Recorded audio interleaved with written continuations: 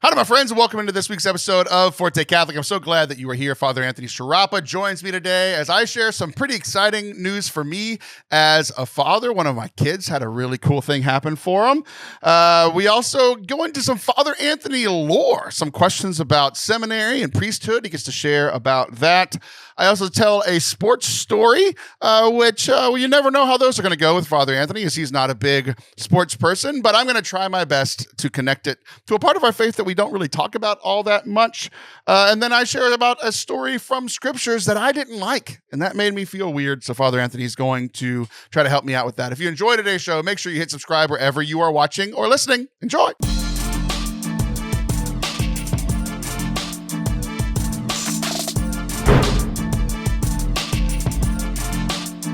Hello there, and welcome to Forte Catholic. I am Taylor Schroll, and that is Father Anthony Sciarappa, and you're waving like Pope Francis did when he came out onto the balcony. How are you, buddy? Wave. I'm doing all right. How are you doing, Taylor? Mommy's all right. Daddy's all right. You just seem a little weird. So, surrender to the Lord. Okay, all right. That's enough of that. I ruined it by saying the Lord. That's how I ruined it. Yeah, it's too much. Oh, I apologize. I take it all back. Take it all back. Take it all back. Just to have juice. Okay, I ruined another song. So, we were supposed to record this next week. I tried to give you a month between times, and I was like, "Hey, I'm scheduling out earlier than because you're a busy man. It's the fall. You're wearing a hoodie, even though it's 9,000 degrees still here in Texas. You're a busy guy, so I was like, "Hey, let's set a recording for 2 weeks from now." And you're like, "Tomorrow." I'm like, "Okay."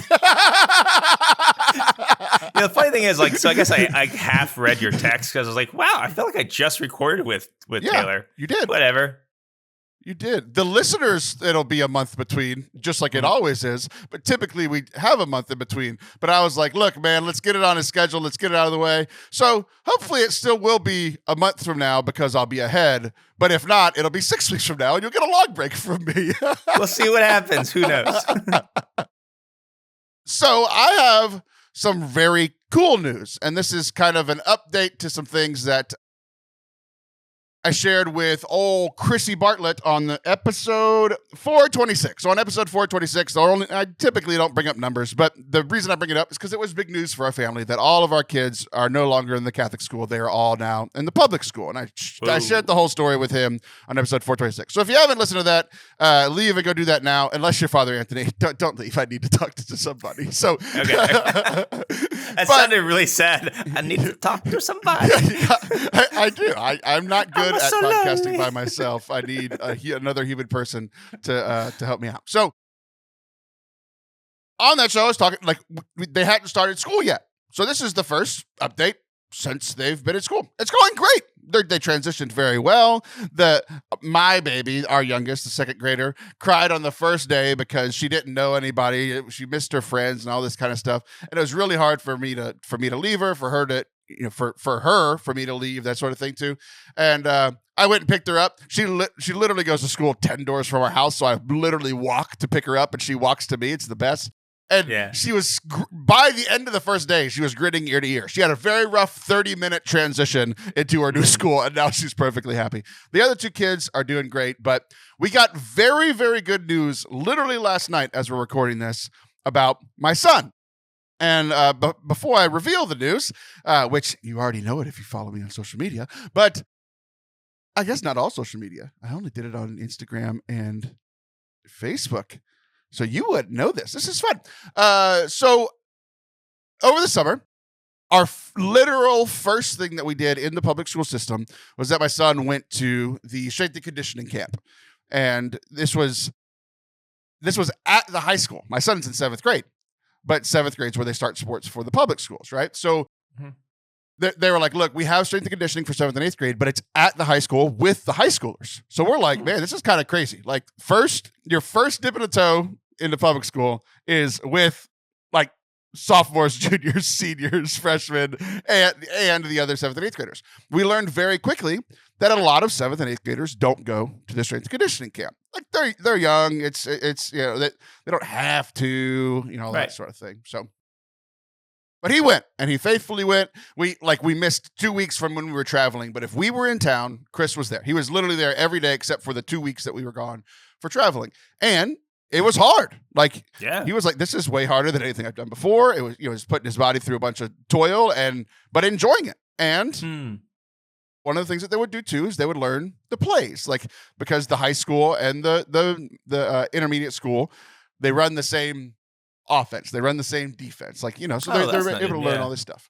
So he started school, and then he started football practice, and we learned quickly. I assumed football practice would be after school because that's what it was for me at my public school. And then I was like, okay, I'll pick him up at 5:30, 6 o'clock, whenever he's done with football practice. No, football practice starts at 5:30 or 6 o'clock in the a.m.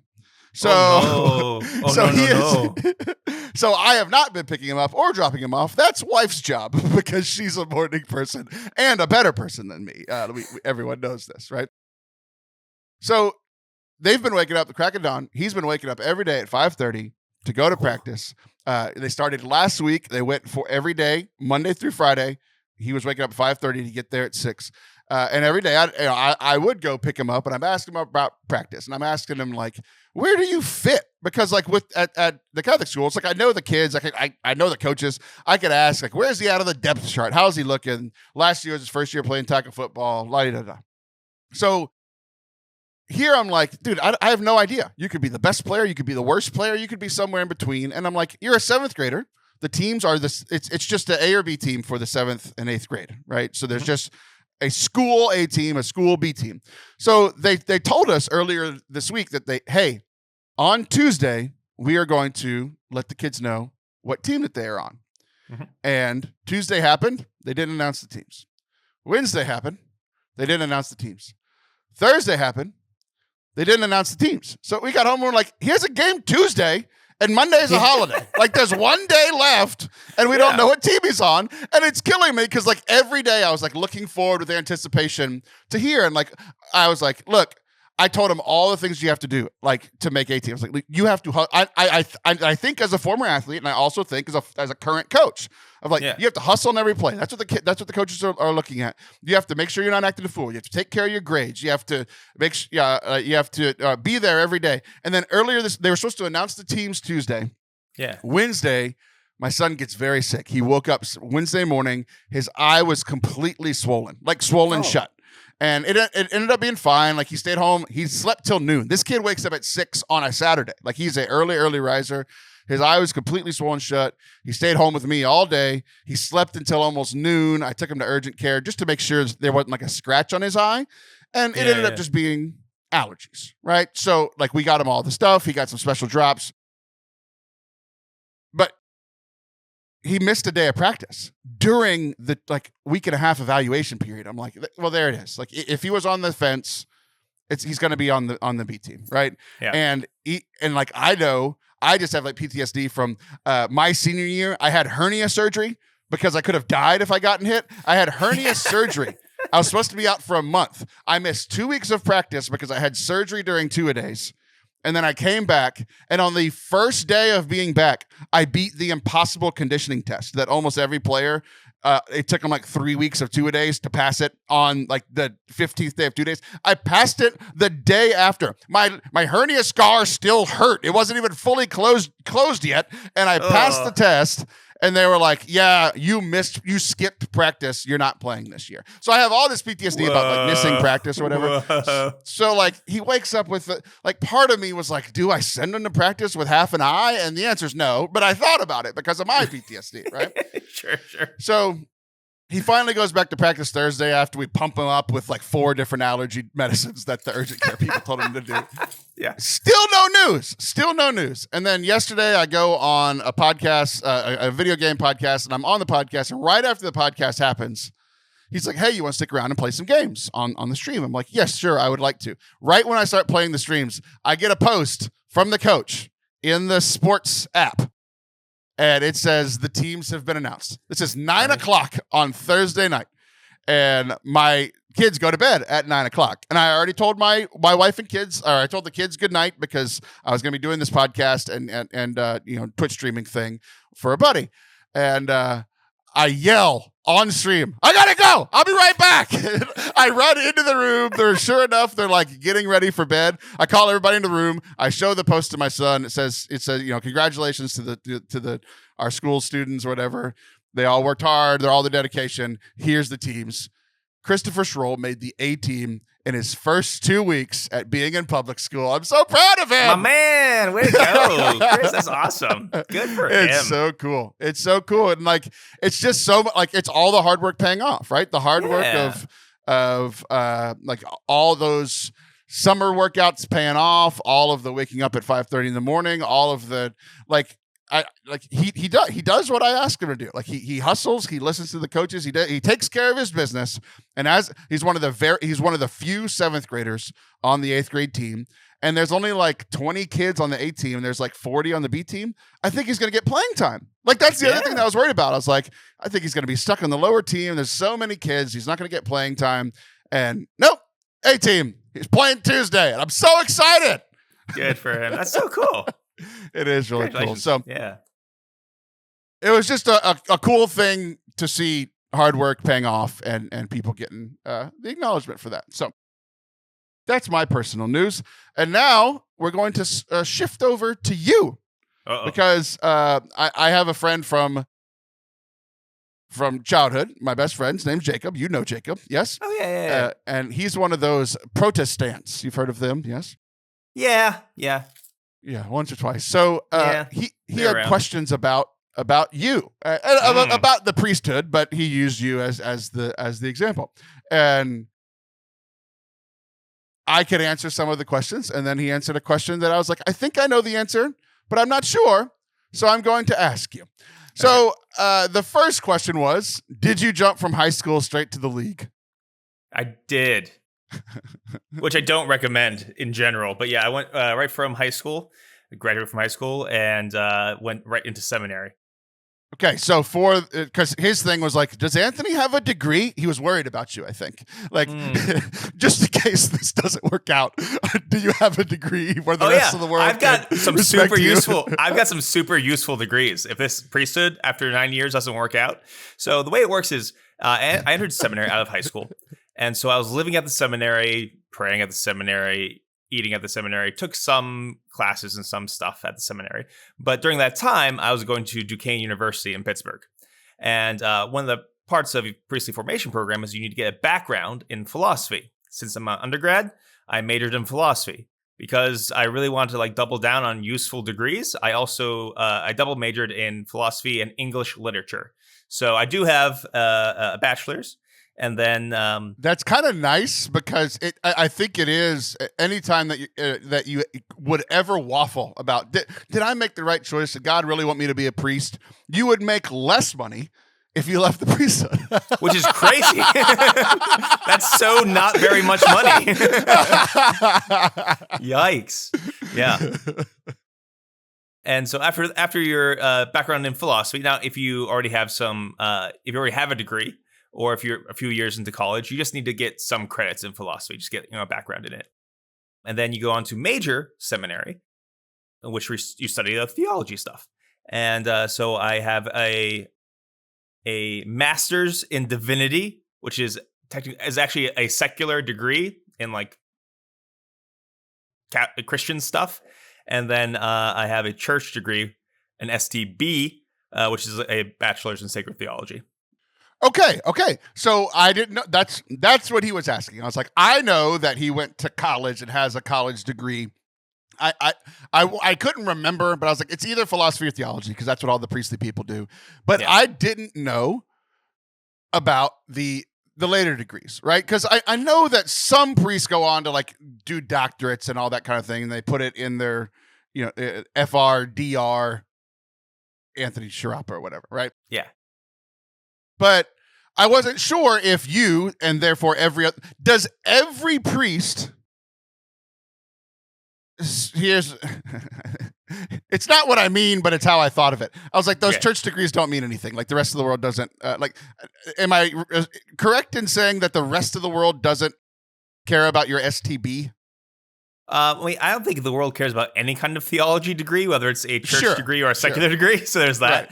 Right. But I doubt it. Like, 'cause where would you use it except at a Catholic church? Or, I mean, maybe like 'cause we had some Protestant professors who like taught things, So maybe it goes the other way around. Maybe I could teach some Christian history. I don't know. But the answer probably no. No, I don't think anybody cares about that stuff. But you do have, I did not know that you had the MDiv, the Master's in Divinity, where like that is a like recognized, just like anybody getting a master's in biology, they might get more respect and more money, but it's the same level of degree. And I didn't know that you had that. That's good. Yeah. My assumption was that I knew that you went to undergrad because I knew that every priest did. I thought you went to 7 years of school and got nothing out of it other than your magic powers, but like no piece of paper to like prove that you did all of this schooling. Oh, no, so I'm glad that you pieces of did. paper. Yeah, I got pieces of paper. I got them hanging out. What's this one? No, I got my church one. Oh, look at these.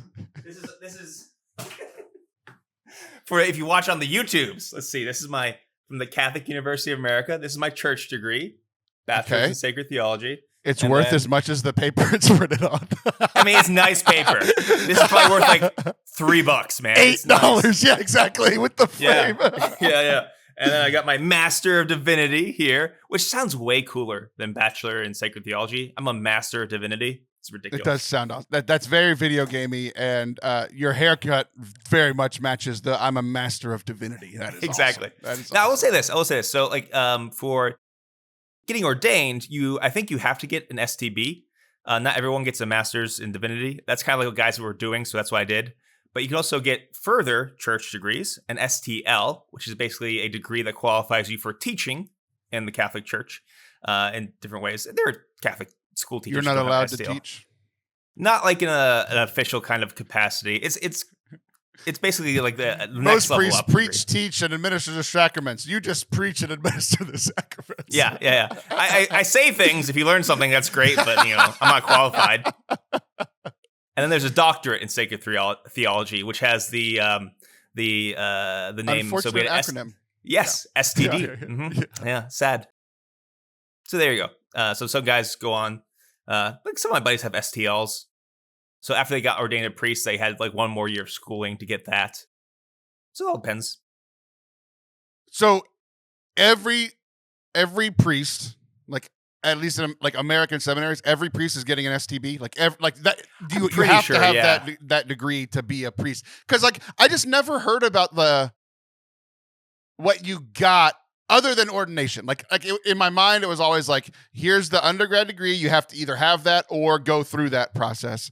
And then you go to school and then we make you a priest. I didn't know that there was like I just wanted there to be a reward for your schooling, because it's like, is the priesthood a reward for the schooling or for surviving seminary? Right. Because like priesthood to me is more like the schooling part of it is only a portion of your formation to become a priest. There's the spiritual formation, there's the pastoral formation. So I was like, I just wanted everybody else gets a piece of paper that costs tens of thousands of dollars. So I wanted you to have that too, and I'm glad that you have too. I do have a piece of paper that costs tens of thousands of dollars and is worth a few dollars. Yes, I have that. Also, it's fair to say that like while getting an STB is the norm, that's usually like the quote unquote requirement. At the end of the day, the bishop can ordain anybody he wants. So he could ordain you without a degree. He just probably won't. Knowing you, he definitely won't. He barely wanted to with the degrees. With tears in his eyes, and they weren't holy tears. They were tears of sadness and regret. Sir, I have 4 degrees. I don't care, but I really need a priest. There you go. That's what happens. Here I am. Send me. Okay. We have literally no one else. That's the state of the church on the East Coast. So fine, go. That's awesome. So you said something today that I don't know if you've mentioned before.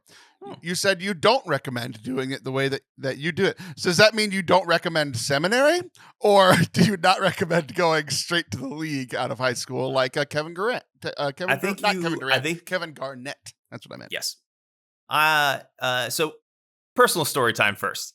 So when I was entering seminary, The rector, who did a lot of the entrance interviews, had a big say in who gets to enter seminary. He was on his way out. So he did the interview for me and everything and a lot of work with me, but he wasn't going to be my rector. And I'm pretty sure, and I know the other guys who entered with me, I think he just said yes to everybody. I think unless you had like a severe, I don't have to deal like, with these guys. What psychosis, do I care? I can't guarantee that's the case, but like looking at myself and the other guys, he's like, yeah, sure, why not? Because entering seminary is no guarantee that you continue on. So, but I would say that I think you have to be particularly two factors. One, you have to be particularly discerning on the church's end of someone who's entering out of seminary, entering out of high school. I think the call has to be very clear and demonstrable in some sort of way, because there's just a lack of maturity, not in a negative sense, but like I was 18, and it's a very major life decision and things. So I think there has to be like increased discernment. I think the call has to be very clear, and unless it's very clear and demonstrable in some sort of way, hold off. You can still come and see weekends, go on like discernment retreats, that kind of thing, but I think in general you should be more hesitant. So it's not like a whole kibosh on the thing, but I think it should be rare. A lot of the guys who entered out of high school, which happened a little bit more in my time, now it doesn't happen very often. None of the guys continued through seminary to priesthood. You're the only one. Oh, one did, but then he left the priesthood. So, yikes. Yeah. Recently there was a guy, he was ordained a couple of years ago, and he entered out of high school. He's the last one we've had. So God bless him. So there's that. And then I think the seminary has to have trained faculty who know how to deal with young people and know how to form them and mentor them.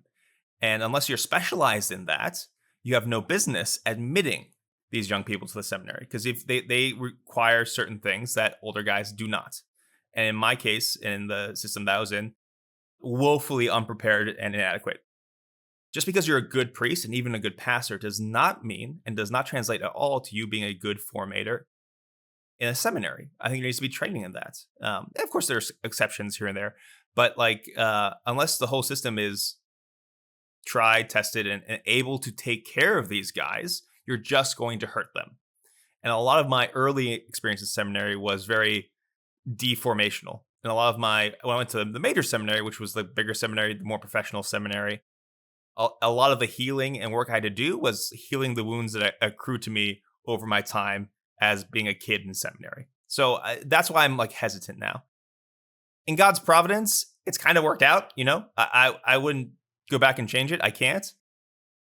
But just reflecting on that over the course of years, over the course of my priesthood, I'm like, wow, that was maybe not the most prudent decision. The Lord worked with it, but I should be very hesitant. I don't want to discourage guys, but I just think there needs to be more attentiveness to that time of discernment. That's what I think. Yeah, and that's perfectly fair. I guess my follow-up question would be, because it totally makes sense that your opinion is formed by your life. Mm-hmm. Like that's how all of anybody's opinions are formed, right? Because you had the bad experience, and then you also caveated it saying if the minor seminary isn't equipped to do this, if a minor seminary was equipped to do that, mm-hmm. would you still recommend it, or would you still recommend go to college first and then come back for major seminary? If it did, mm-hmm. Because you had a bad experience in that minor seminary, right? It's kind of hard. It's kind of a hard question to answer, right? Can you separate yourself from the hurtful things from that? But yeah. I would say if I had to give a general sweeping recommendation just off the bat for everyone, I would say 2 years in college minimum. Okay. But I do think you should look at each guy individually. What is their level of human formation up to this time? It's certain things it's not a requirement that you date before you enter seminary, but I think that can be a very helpful thing, to discern on that level, to gather more human experiences, not sinful experiences, not go to college and be a crazy person. That's get it bad. all out. Yeah, don't do that. That's a horrible. And there are a lot of people who think that. They'll be no, that's terrible. No. But there's your first time by yourself outside your household. There's a lot of human formation that happens in that. A lot of discovering of yourself, a lot of learning how to form community. A lot that can happen in college, right? Also, like, not so good things can happen in college as well. So that's why it's like, I think you need to take a case by case basis to see if this guy's ready to do this thing. So I would say it should be rare, but the Lord calls when He calls. That's the end of the day, and you don't want to put up a roadblock where there doesn't need to be one. So that's why it's a little trickier, and why I wouldn't want to give a sweeping. You have to spend 2 years in college, but if I had to, that's where I would lean towards. But it depends on the guy. Depends on the guy. Yeah. Fair enough. So, and we have heard on this show and on other podcasts you've done about, like, a lot of priests talk about their struggles in seminary. So right when Jacob asked, so you brought up the negativity today, perfectly fine and perfectly fair, right? Yeah. But when Jacob asked the question, my first thought was, I'm going to ask a question that's going to piss Father Anthony off. Awesome. I think it's a good question. Okay. You might not like it, but I would like for you to answer it. Okay. Here's the question. Even with all of your negative experiences in seminary, I didn't know that it was as split from minor to major. So hopefully that will be helpful in answering this question.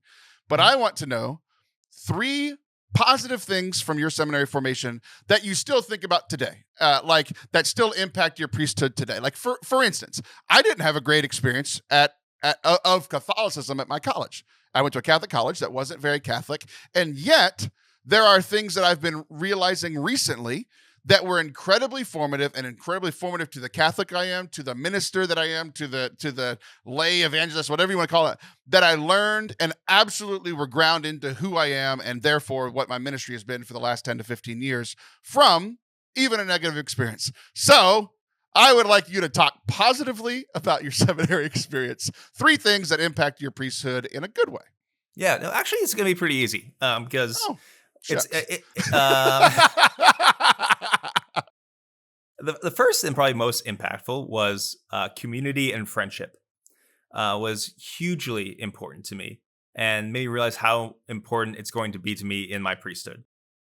Like, the friends I made in seminary are ones that I still hold very close. Like, it was a whole new level of friendship that you could, after you grew to know guys, you knew that, like, you could go talk to someone and they were probably either going through what you were going through, had gone what you're going through, or probably would, each in their own different ways. But like, the friendship and community building, learning how that has to be an intentional thing as well, doesn't just happen by magic, is a big thing. Along with that, the importance of vulnerability in relationships, and that taking risks in opening up to other people and seeing the fruits of that when it goes well. And just how powerful it can be sharing either your woundedness or your joys without trying to like maneuver, or like, a lot of times in a lot of our relationships, we try to present ourselves as a certain way. And for some relationships, that's healthy and normal. Like, you want to present yourself in a professional way, in a professional setting, that kind of thing. But for like our deep friendships, like, you have to be yourself, and learning how to do that with all of its messiness, hugely important. So how is that translated to now? So like in the priesthood, like, yeah, something that you experienced there. And like, I think I know the answer because I know you, but like, how is that seminary experience translated into you being a priest for this many years? Yeah. One, in just knowing the support I need, being able to seek it out and receive it. So my priest small group, spiritual direction, even I would say therapy in that as well. Like these family, good friends, like how important it is to keep me sane, to have people to talk to support me, and I can be friends with them as well. Also, I think that directly translates to your spiritual life as well. It's helped me open up to God because I've had practice with other people, and has borne great fruit in my prayer as well. And then just, not that I'm like an open book to all my parishioners, but realizing the importance of making connections, of being appropriately vulnerable at times. It's helped with my preaching a lot as well. when people say that I'm down to earth or I'm relatable in my preaching, it's because I've gone through those experiences, and I'm not trying to put on airs about stuff. That the messiness in my life is not that different than the messiness in other people's lives, and that's what we need to talk about sometimes. So all of that I've been beneficial. Are we counting that as 1 or 2? It sounds like 1 to me. It's like relational stuff, but you also said vulnerability. I would like you to do 3. Do you have 2 more? Or are we going to count that as 2?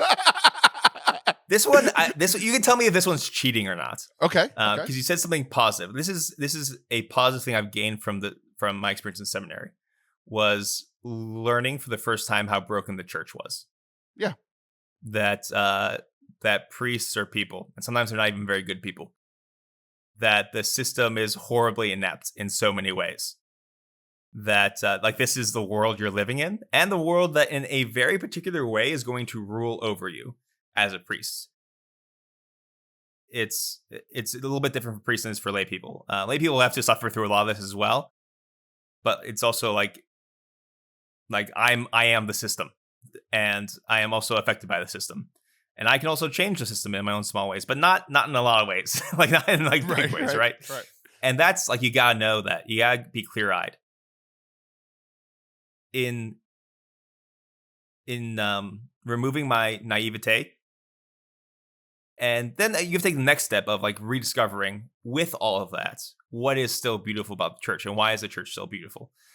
So going through that away from the public eye, I think was very healthy and very good. Even if like the instance that we're not gonna count it unless you go deeper on that last caveat that you just said, because that wasn't positive. That was a negative that you said with a smile. It doesn't count. Yeah.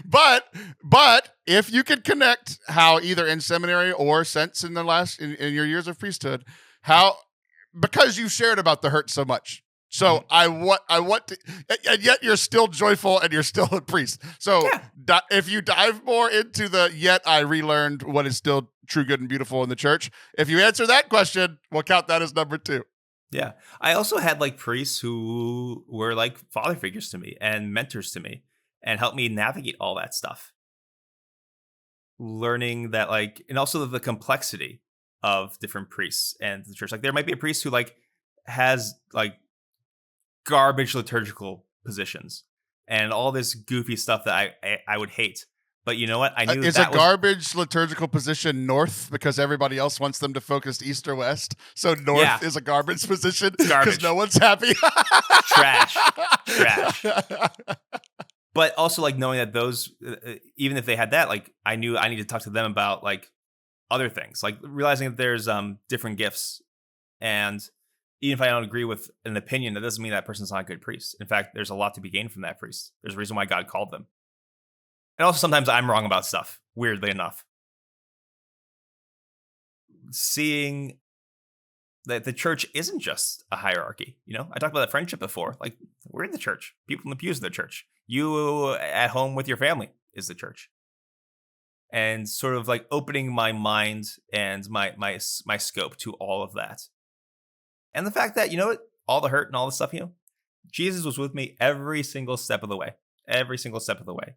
And that's a lesson that was important for me to learn as well. Like, ultimately, he's my formator. Ultimately, he's the one in charge of my vocation in my life. And I had to go through a testing in that, but that's where I grew closer to Jesus as well. And seeing how, like, you know, even early on in seminary, like, how, like, by going through all that stuff, I can help people in a way I couldn't before, you know?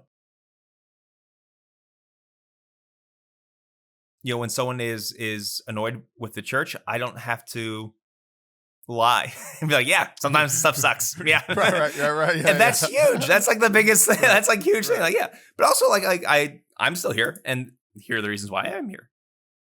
So like that, I would say that if that counts. We will count it because you talked positively. That is 2. Okay. Can you? I feel like we're getting to the bottom of the well. Is there one more good thing from seminary? You know what? I learned a lot, man. It was 8 years. I really did learn a lot. Like I mean, it's funny because you never feel like you know a lot about the faith because there's so much to know. But I got a really good education both in philosophy and in theology. And I can give that to other people in my preaching, in my counseling, in my all this stuff. And like, it really was like I learned a lot. And you don't realize where you learned it from, what class it was, or if it was just a conversation with other seminarians or priests or a priest's homily. Like, yeah, like I was given a great gift by having all that time for study. And I get to use it. You know, I'm not talking about the spirations of the Holy Spirit, or I'm not talking about the theology of Father Skillebeck's or something like that. But like even from that, is that goofy the guy stuff, that makes rap beats? Yes, Skrillex. I didn't know yes, he was a priest. That was what he did in his free time. Gotcha. And it was all theology all along. We just didn't understand it because it was just noises. It was a good balance. He had a healthy balance between like heresy and really sweet beats. That was kind of like what he did. Cool. Yeah, Gotcha. But yeah, so like that's. I mean, I mean, there's no way seminary can prepare you for priesthood because nothing can prepare you for priesthood. But overall, as much as you can succeed in an impossible task, it did a pretty good job for me. You know, I did, even with all its messiness. You know, I'm glad to hear it. Yeah, I'm very glad to hear it, and you did it. That might be the meanest question I've asked you in a year, and you did it with a smile. I've been doing a lot of growing. You went negative, which was hilarious, but we ultimately did get 3 positive things about seminary, and I'm very happy about it. So, you know, if you asked me that same question like 3 years ago, I don't think I could have done it. I think you would have been pissed off.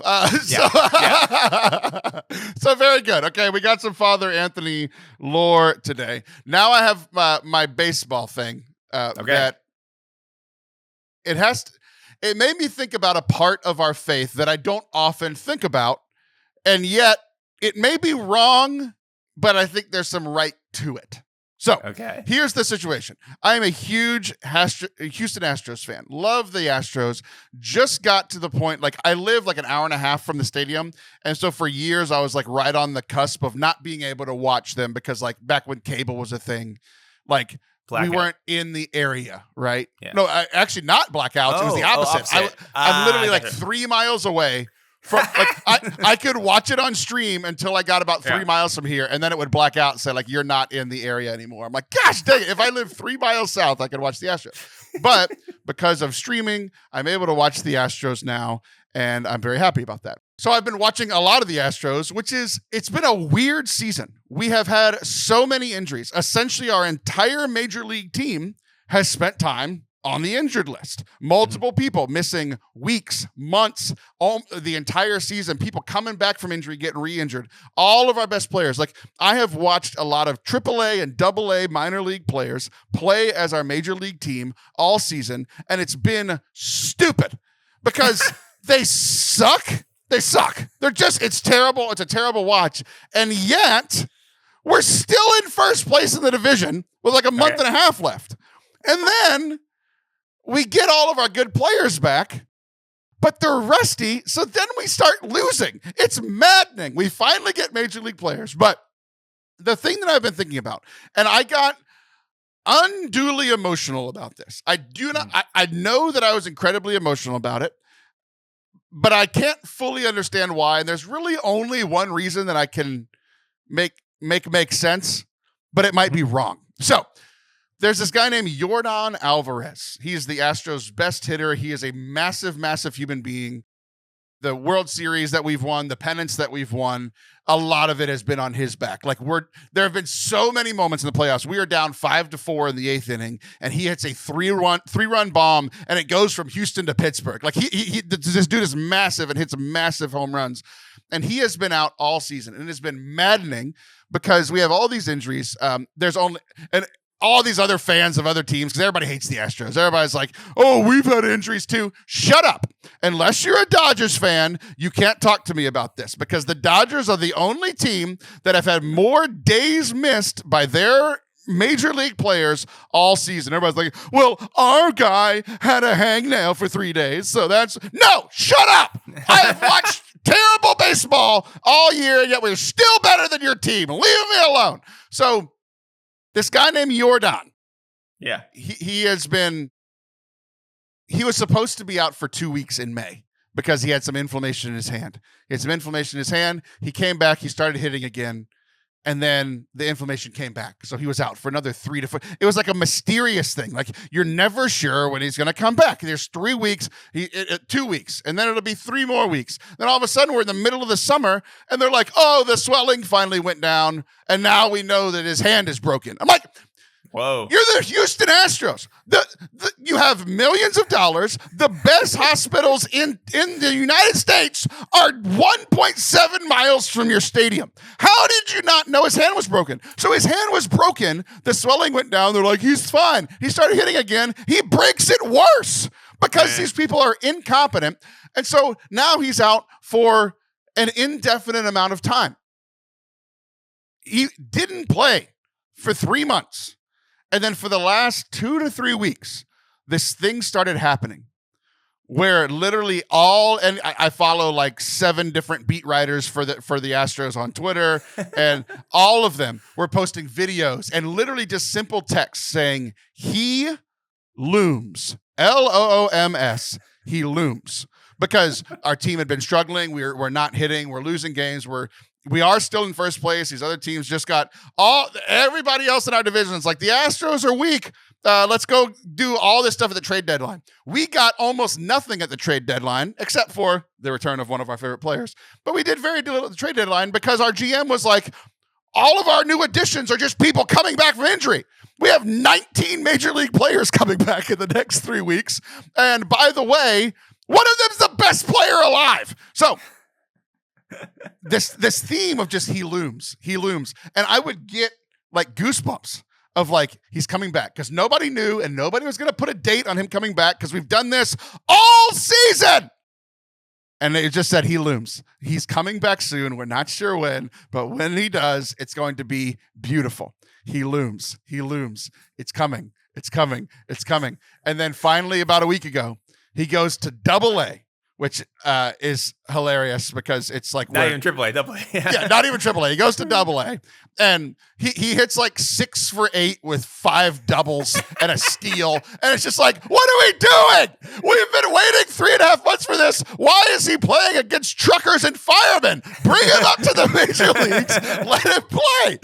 And sure enough, he gets the call up, and the amount of time that I have spent. I haven't played many video games. I haven't watched much TV shows because all I've been doing is watching clips of Jordan hit home runs from a year ago, 2 years ago, 3 years ago. And at the end, it just says, he looms. And it became this like rallying cry of the Astros are just like, all of our misery, this crap of a season where we had to watch all these AA firemen play on our Astros team. We're finally going to get major league players back. And Jordan is coming back.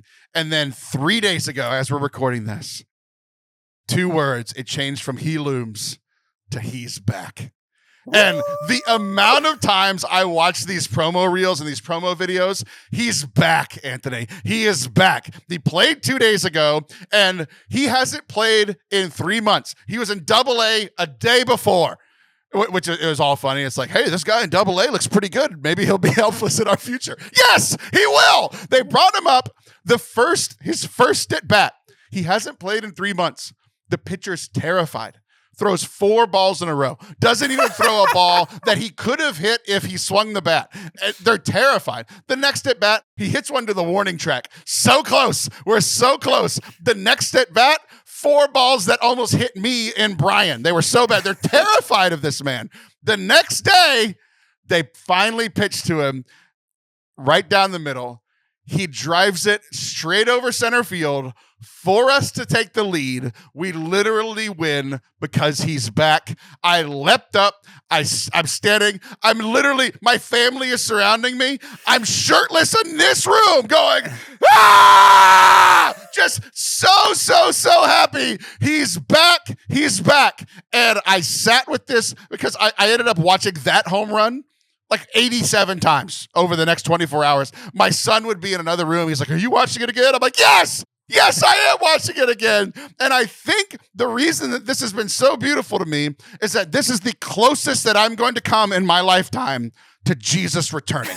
This is the closest feeling that I'm going to get because he looms, he looms, he looms. He's been looming for 2,000 years. So the likelihood that he returns in my 75 years is not very good. But Jordan's back.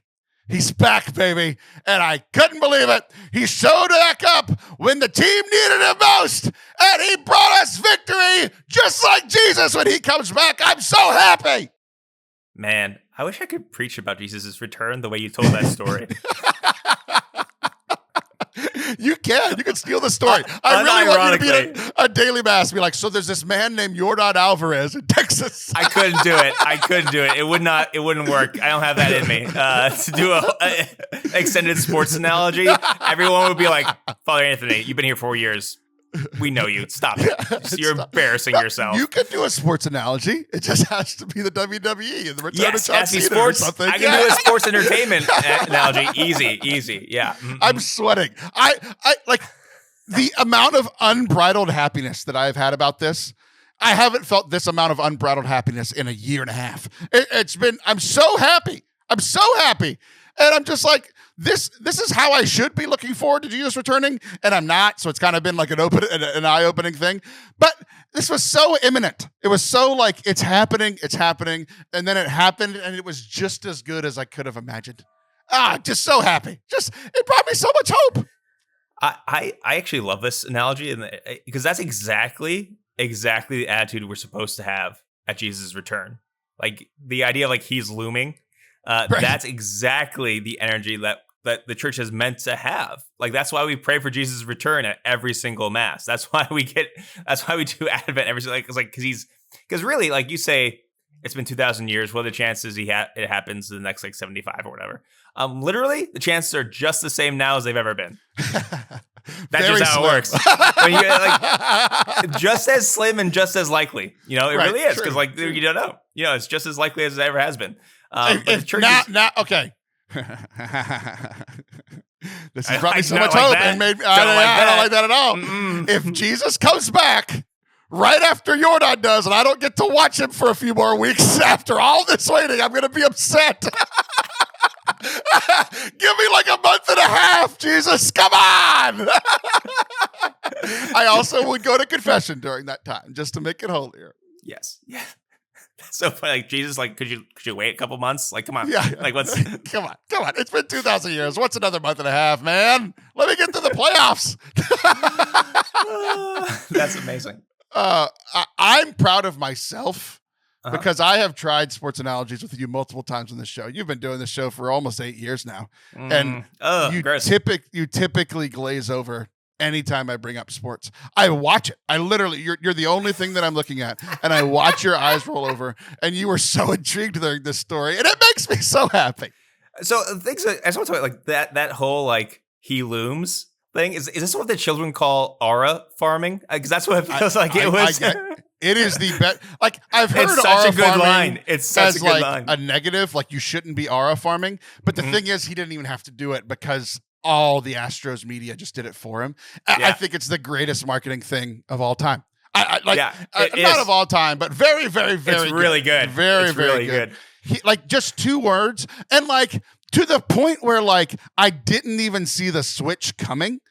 Like when Thunderbolts came out this summer and then, like 3 weeks later, they announced that it was the new Avengers. Like I could have seen it coming. I didn't predict it, but it's like, okay, like, it was a simple change. This was literally just 2 words.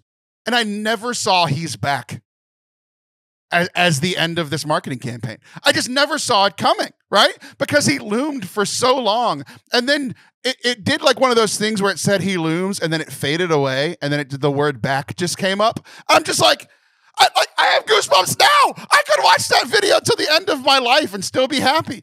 Like Jordan will be retired for 27 years and I'll pull that video where it said he's looms to he's back and I'll have a little tear in my eye. You'll be on your deathbed and like, Father, would you like to pray the rosary? No, son. He looms. He's talking about Jesus. Yes, he's talking about Jesus. I see him. Oh, he sees the light. I'm like, no, I see Jordan one last time. I see Jordan. He reaches out to me. You know why I like that story so much? Because it's the most WWE sports story I've ever heard. It's like Roman Reigns coming back after his hiatus. Right. It just works. It works perfectly. I think that's why I like it. But yeah, like that energy, that intensity, that like it's going to happen, and when it happens, it's going to be good. But also, I can't imagine it, and then all of a sudden it happens. Like that. Yes, that's the attitude. That's the energy. That's what we're supposed to do. So it's cool.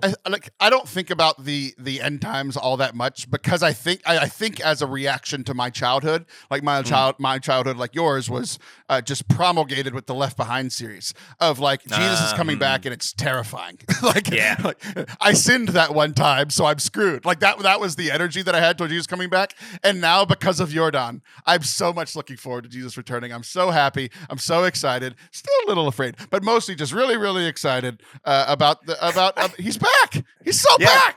He's so back, and like Satan won't even be able to pitch against him. Like it's like that's Satan's punishment in hell. He has to keep pitching to Jesus, but it's constantly 8 feet off the plate. I can't do it. And then every 100 pitches, he finally hits a strike, and Jesus cranks it 585 feet. Yeah, I like it. I like that a lot. That's awesome. I like Sisyphus Devil. That's hilarious. Sisyphus Baseball Devil, yes. Okay, from all of the joy to anger. I called you about this because I had feelings that I don't think I'm supposed to have. I was angry at the readings at a daily mass a few weeks ago. It's the story of Jephthah. I believe that's how you pronounce it. Correct. There's lots of consonants in that word. So this is from the book of Judges, chapter 11. The book of Judges, chapter 11. I pulled it up, and now it's gone. Where's my Bible? There's my Bible. The Spirit of the Lord came upon Jephthah. He passed through Gilead and Manasseh and went through Mizpah and Gilead as well. Jephthah made a vow to the Lord, if you deliver the enemies, the Ammonites, into my power, whoever comes out of the doors of my house to meet me when I return from the Ammonites in peace shall belong to the Lord. I shall offer them as a burnt offering. Jephthah went. He did a battle. He wins. I'm fast forwarding a little bit. So whenever he returned home, his daughter comes out of the house, and when he saw her, he tore his garments and said, "Ah, my daughter, you have struck me down and brought calamity upon me, for I have made a vow to the Lord, and I cannot take it back." She says, "Father, you made a vow to the Lord. Do with me as you vowed. But because the Lord has taken vengeance for you against your enemies," she said, "give me a favor. Give me 2 months to go hang out with my lady friends." He says, "Go." At the end of the 2 months, she returned to her father, and he did to her as he had vowed. Pissed off. Hate that story. Yeah, just to be clear, like he sacrificed his own daughter. It's the most. Can I just, before you get into it, like I usually don't see the readings until like maybe a few minutes before mass, or I just listen to the gospel and preach. But I read that reading that morning, and I was like, this is like the most horrifically tragic story ever. Like when his daughter comes out to meet him, she has no idea he made a stupid vow, but like she's going out to celebrate his victory. So it's this moment of great joy, and she has no idea it's like her death. And it's just, and then she wants to go mourn that she was never married, so she hangs out with her lady friends. It's just grotesquely tragic. It's horrible. Yeah. That was my first instinct.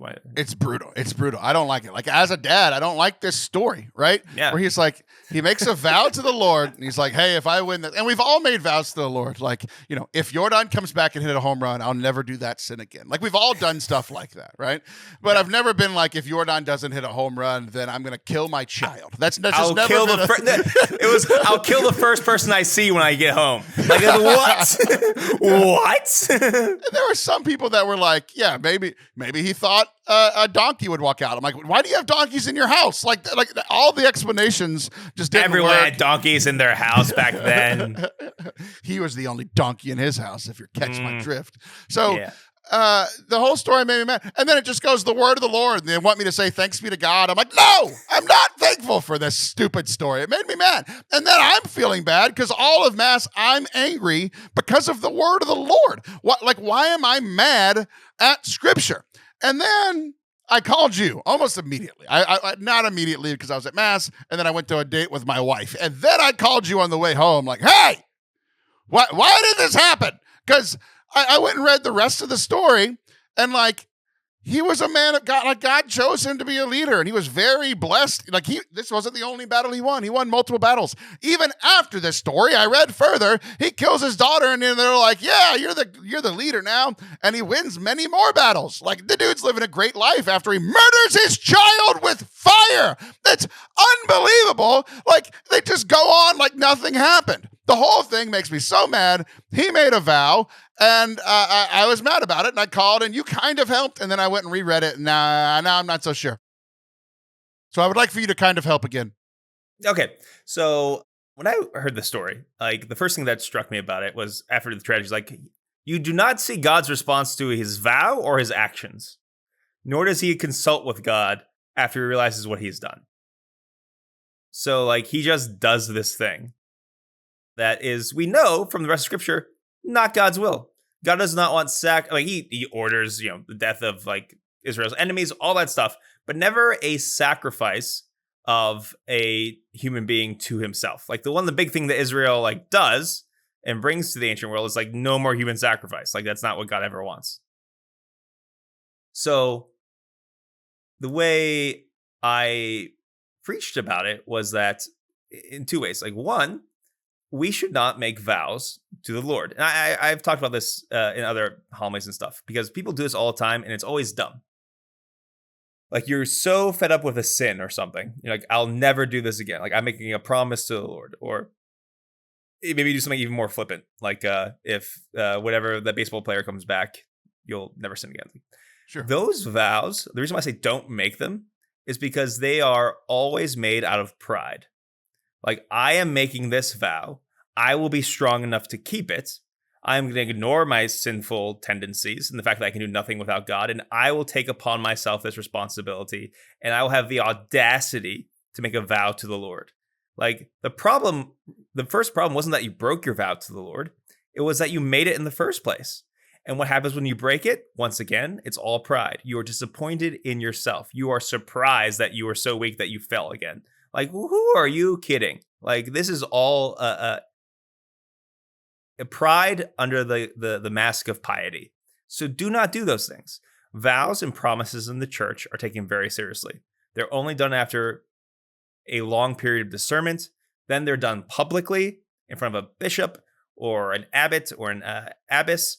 And that's the only time that those vows are made, in the church. Like, private vows are not like a thing that should be done. Even those who like are consecrated or perpetual virgins, they make those promises, even though they stay lay people, they don't join an order. They make those promises to their bishop. Okay, so you don't do this. No. So that's the practical thing I brought to it. But also that like he did not speak to the Lord. Like these actions that he did, that was all on him, and it's a misunderstanding. And I think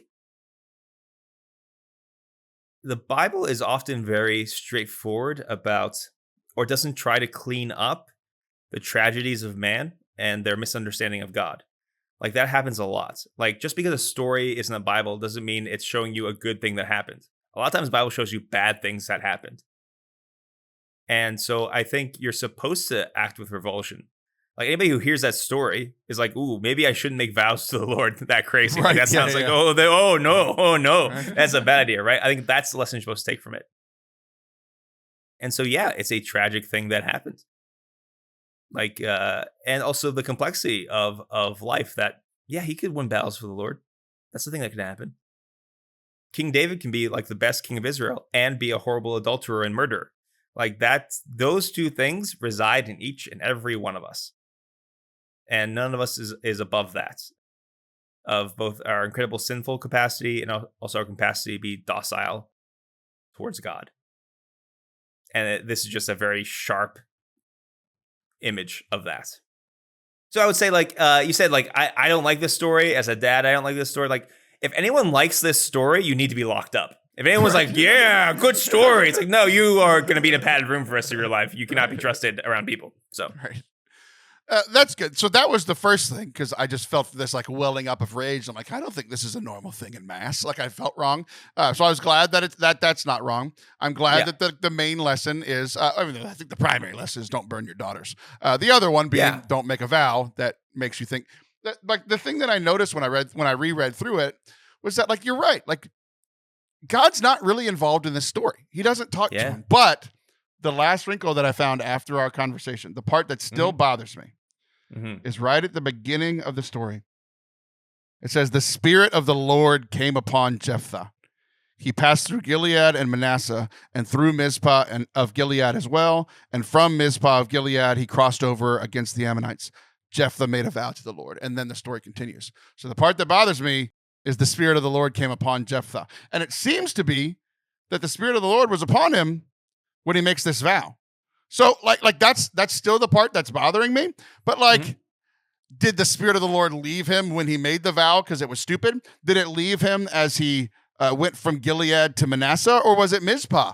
Or was it seeing the Ammonites? Like, that's the closeness of the Spirit of the Lord came upon him, because that's a pretty common phrase in the Bible, and it's usually a really good thing. The Spirit of the Lord came upon him, and one verse later, he's like, I'm gonna kill that person. That's ridiculous. It still bothers me. Yeah, I would say we see this all the time, and we see this all throughout the history of the church. The Spirit of the Lord being upon you is no guarantee that you will cooperate with that Spirit perfectly. Okay, or even you receiving, maybe even perhaps a mystical vision doesn't mean that you will not totally mess it up later.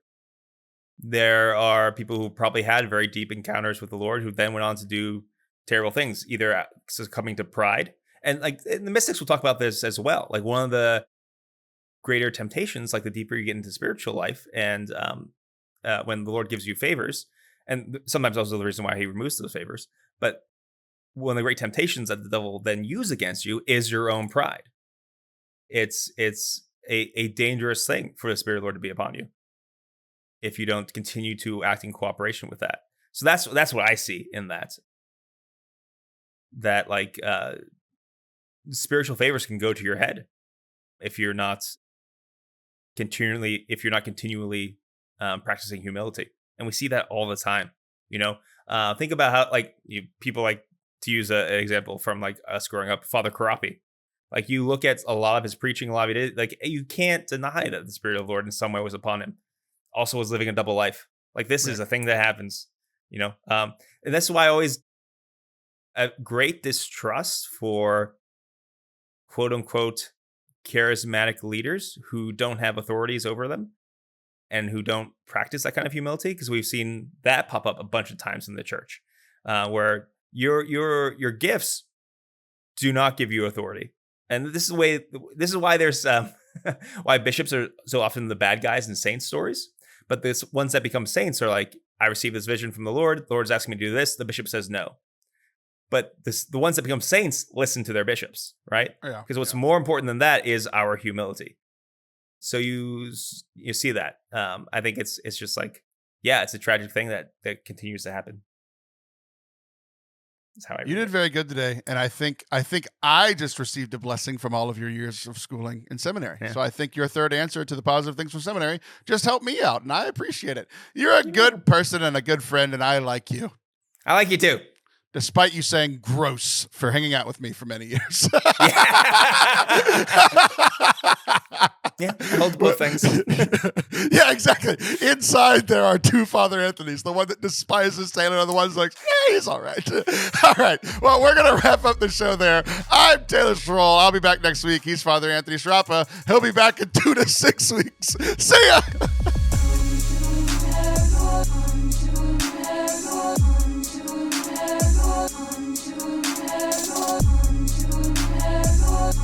Thank you for listening to me and Father Anthony Sciarappa today. I hope that you enjoyed it. If you did, make sure you hit subscribe wherever you are watching or listening. If you want to support the work that we are doing here, we run off of your donations. We are a Catholic nonprofit here to share the joy of the gospel. You can support that at fortecatholic.com/donate. You can join our monthly support team, $5, $10, $15, or you can give a one-time donation to help us out as well. Thank you so much for being here, hanging out with us. Hope that you enjoyed it. We'll see you next time. Love you.